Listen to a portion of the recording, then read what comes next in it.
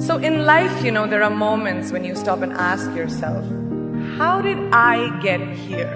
Like, why am I standing here? Well, this is definitely one of those moments for me. And I find myself going back to the beginning, back to my roots.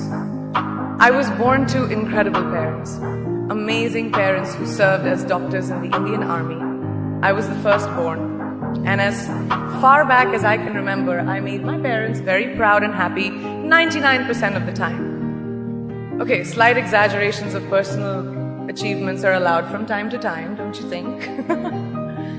My brother was born a few years later, and even then, nothing changed for me. We were both given equal opportunities, and I want to emphasize this. I want to really emphasize this for you because I don't think a lot of people might understand that being equal might seem very normal. But where I come from, India, and a lot of developing countries around the world, more often than not, this is an exception. It's actually a privilege.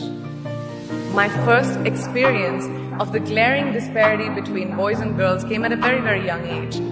I grew up in a middle-class family with extremely philanthropic parents who constantly reminded me and my brother how lucky we were and how giving back to those who were less fortunate was not a choice. It was a way of life. Simple. I was 7 or 8 years old when my parents started taking me on these visits in a traveling clinic to developing communities around and villages around the city that we lived in called Bareilly. We were packed into this ambulance and my parents would provide free medical care to people who couldn't afford it. My job at the age of 8 was assistant pharmacist. So I would count all the medicines, put them in an envelope and give it out to patients, and I really took my job very seriously. Very seriously. But the more I went on these expeditions, the more I began to notice the simplest things that distinguished a boy from a girl or a man from a woman. For example, girls were pulled out of school when they hit puberty because they were considered ready for marriage and babies. That's 12 and 13, while boys still enjoyed their childhood. Or basic human rights such as healthcare were denied just because they were women.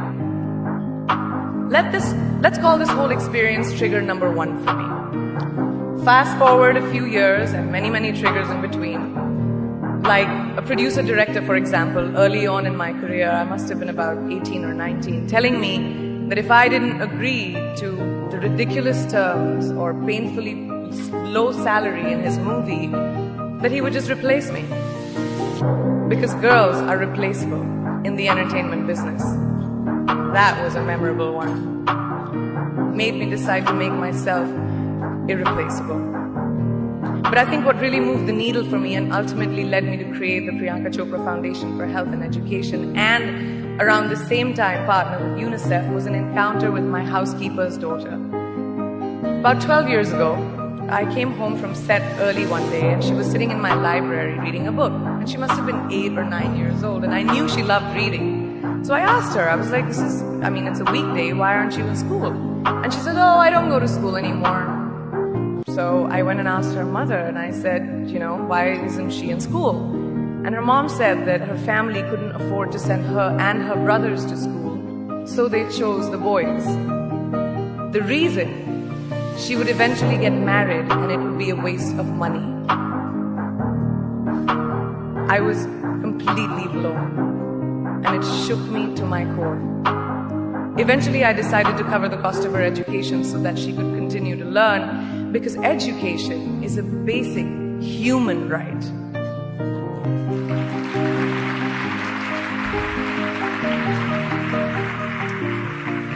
And a huge necessity, especially today.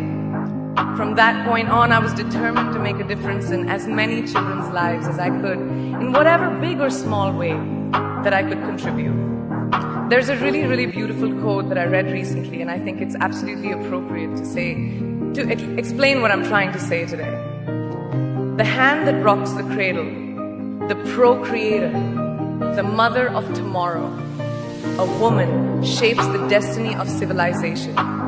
Such is the tragic irony of fate that a beautiful creation such as a girl child is today one of the gravest concerns facing humanity.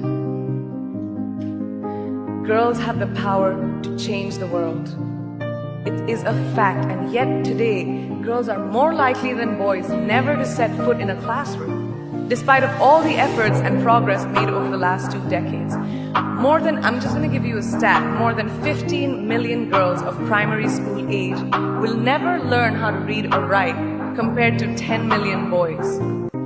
Primary school, it's the beginning of our future. Over the last 11 years, I have witnessed firsthand the incredible work that UNICEF does for children around the world, especially victims and survivors of child marriage, displacement, war, sexual violence. But there is still so much work to do.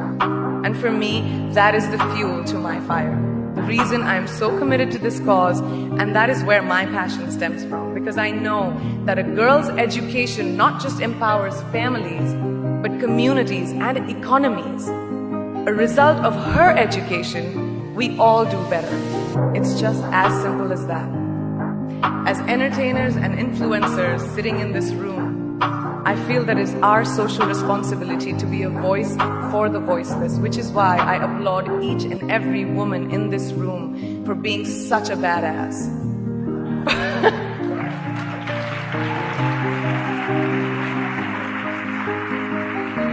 For using your platform and your voice to contribute to change, and for ensuring that there is not even one lost generation as long as we are alive.